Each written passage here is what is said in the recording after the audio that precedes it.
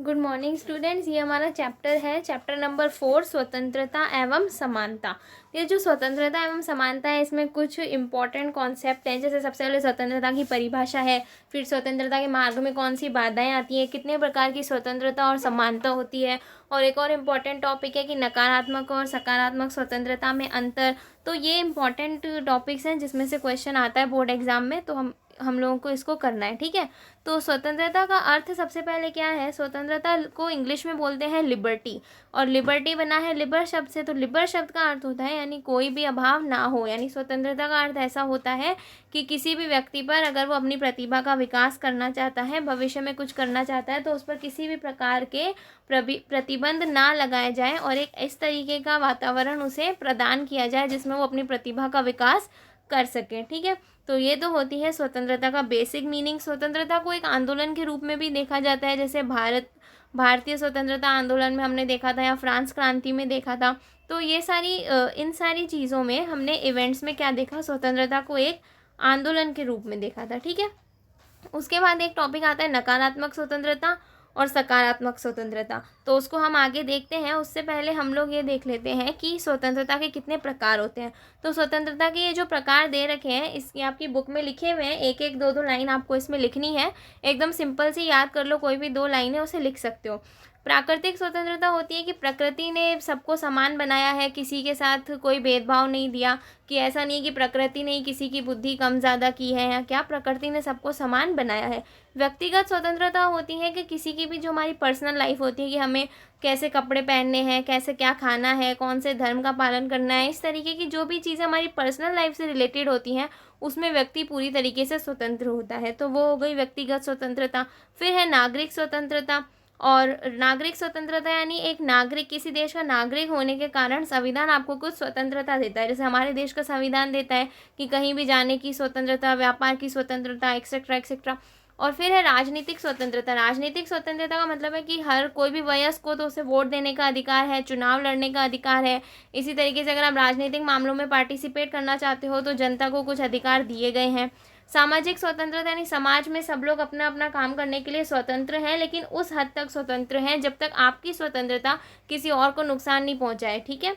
आर्थिक स्वतंत्रता होती है कि आर्थिक रूप से स्वतंत्र होने का मतलब होता है कि कम से कम गरीब से गरीब इंसान भी इस लायक हो, इस काबिल हो कि वो मतलब अपने रोज़ के मतलब खाने जितना कमा सके और एक गरिमापूर्ण जीवन व्यतीत कर सके। और अगर वो ऐसा नहीं कर पा रहा है तो सरकार को इसमें अपनी भूमिका निभानी चाहिए, और कुछ काम जैसे मनरेगा वगैरह होता है ना, तो इस तरीके से उन्हें काम दिलवाना चाहिए जिससे वो एक गरिमापूर्ण जीवन व्यतीत कर सके।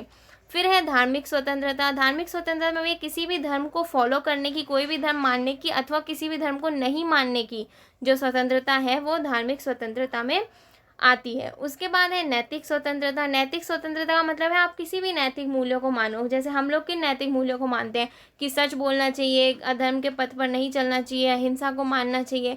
और कई लोग हैं जिनके लिए कुछ मतलब गलत मूल्य, जैसे आतंकवादी वगैरह हैं, उनके लिए नैतिक मूल्य क्या है? हिंसा उनके लिए नैतिक मूल्य है।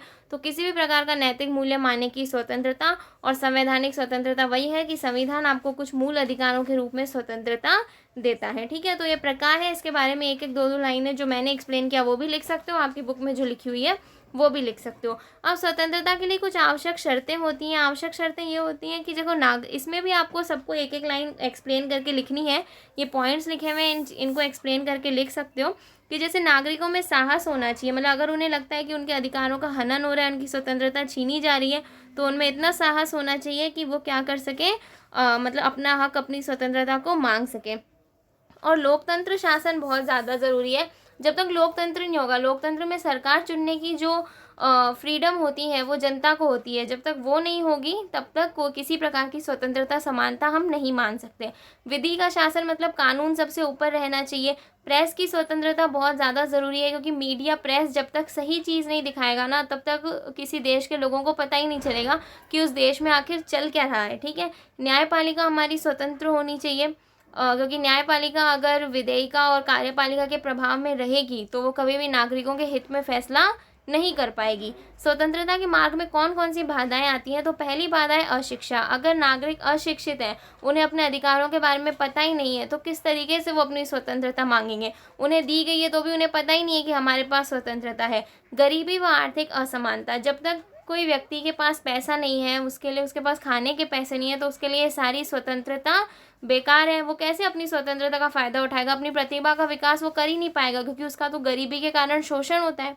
सामाजिक असमानता, जैसे हम लोगों ने देखा है दलित वगैरह के साथ, नीची जाति के लोगों के साथ हमारे देश में कितनी असमानता होती है, तो इस असमानता की वजह से उनसे उनकी स्वतंत्रता छीन ली जाती है।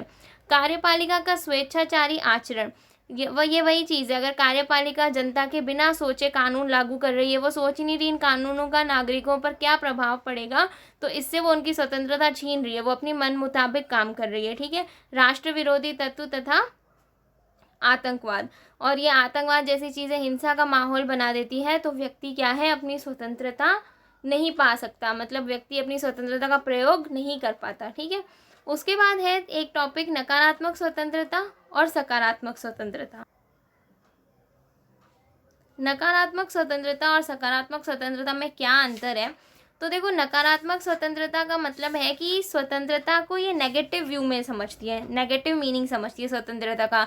ये कहती है कि प्रतिबंधों का बिल्कुल अभाव होना चाहिए, मतलब किसी भी तरीके के प्रतिबंध नहीं लगाए जाने चाहिए।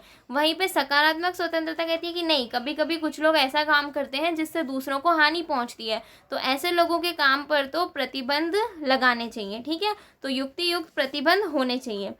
नकारात्मक कहती है कि राज्य का कार्यक्षेत्र सीमित होना चाहिए, यानी कि राज्य को ज़्यादा इंटरफेयर नहीं करना चाहिए, कि कोई भी है कोई भी व्यक्ति है वो कुछ भी काम करना चाहता है तो उसे करने दो, राज्य को ज़्यादा निगरानी नहीं रखनी चाहिए। लेकिन वही सकारात्मक कहती है कि नहीं, राज्य का कार्यक्षेत्र सीमित नहीं होना चाहिए, उन्हें थोड़ी बहुत अपनी जिम्मेदारी निभानी चाहिए, क्योंकि दूसरे को हानि पहुँचेगी वो तो राज्य के पास आएगा ना।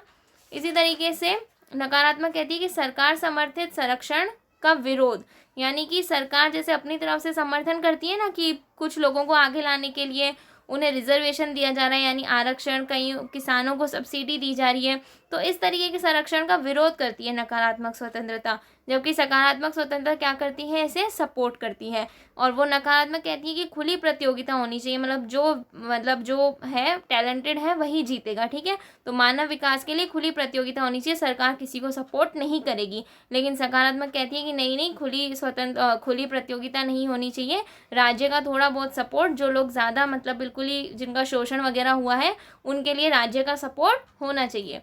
तो ये है नकारात्मक स्वतंत्रता में डिफरेंस। तो इसके साथ ये चैप्टर हमारा एक टॉपिक जो है स्वतंत्रता वो हो गया, बाकी एक रहता है समानता, जिसे हम कल करेंगे। Okay, thank you.